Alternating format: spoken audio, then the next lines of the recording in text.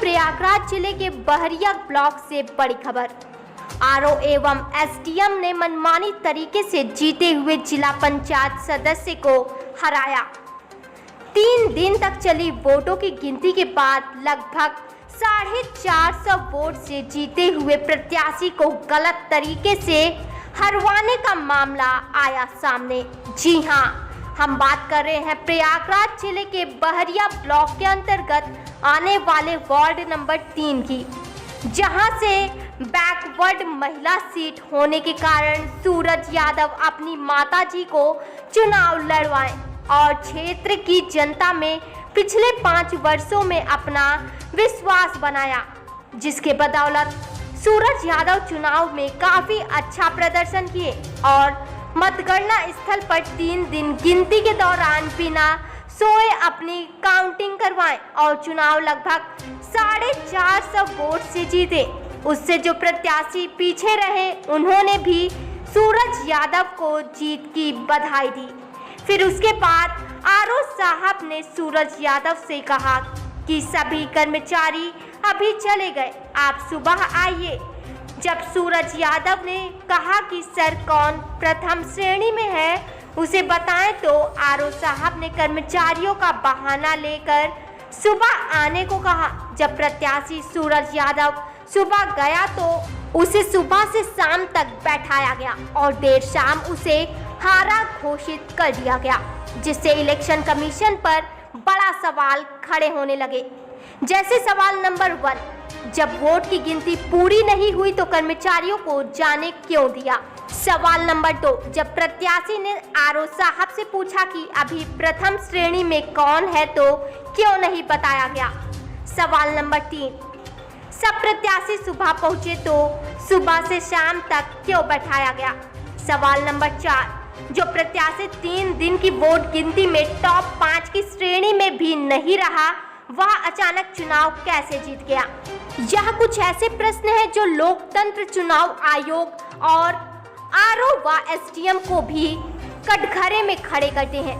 क्या कुछ हुआ मतगणना स्थल पर, सुनिए पीड़ित प्रत्याशी की कहानी उसी की जुबानी। सूरज यादव जी, आप चुनाव लड़े हुए थे जिला पंचायत का। जनता ने जो बताया और आपके समर्थकों ने जो बताया, आप चुनाव जीते हुए थे। तो चुनाव कैसे आपको हारा हुआ कब सिद्ध किया गया और किस तरीके से हराया गया, कुछ बताएंगे? चुनाव सर हम हारे हुए नहीं थे, ना हारा हूँ ना हारे हुए थे हम। चुनाव हमको हराया गया। वहाँ जितने भी अधिकारी थे, कर्मचारी थे, सब ने हमको सत्तावना दी कि आप चुनाव जीत चुके हैं, आप आराम से बैठिए, आपको कोई दिक्कत नहीं, आप चुनाव जीत चुके हैं। और 11:30 बजे रात काउंटिंग बंद होती है। 11:30 बजे रात जब काउंटिंग बंद हो जाती है तो उसके बाद हमने आरओ साहब के पास गया। हमने कहा, आरओ साहब, हम लोग 3 रात से जगे हुए, आप ये बता दीजिए कौन फर्स्ट है, कौन सेकंड है, कौन थर्ड है, तो हम लोग इसकी जानकारी हो जाए, हम लोग चले जाए घर। फिर उसके बाद आएंगे, सुबह आएंगे, जो कैंडिडेट फर्स्ट होगा वो आएगा, सीधा यहाँ पे आएगा, उसके बाद सीधा जिला कार्यालय चला जाएगा। लेकिन वहाँ आरओ साहब ने बोले कि बस 2 घंटे वेट करिए, ऐसे करके पूरी रात बिता दिए। और बस एक सत्तावना देते रहे कि हाँ अभी आ रहा रिजल्ट, अब आ रहा रिजल्ट। उसके बाद बता रहे कि ये आरओ साहब नहीं है, ये आरओ साहब जो लिस्ट तैयार किए तो वो लिस्ट भी नहीं बनी हुई है, ऐसे करके शाम कर दिए। शाम करके पता चला किसी और प्रत्याशी को जिता दिया जिसका कोई नामो निशान नहीं, ना तो पहले पे थे, ना दूसरे पे, ना तीसरे पे, 5वें 6वें नंबर का कैंडिडेट पहले पे कैसे आ गया। आप कितने वोट से विजयी हुए थे? हम से 400-450 वोट से विजयी हुए थे। सेकंड वाले से 450 वोट से आप विजयी हुए थे। सेकंड वाले प्रत्याशी, थर्ड वाले प्रत्याशी सभी लोग हमको बधाई भी दे दिए। उसके बाद आपको कब पता चला कि आप चुनाव आपको हरा दिया गया? उसके बाद हमको पता चला करीब 8 बजे के बाद। 8 बजे के बाद एसडीएम साहब जी रात में 8 बजे के बाद एसडीएम साहब जी आया।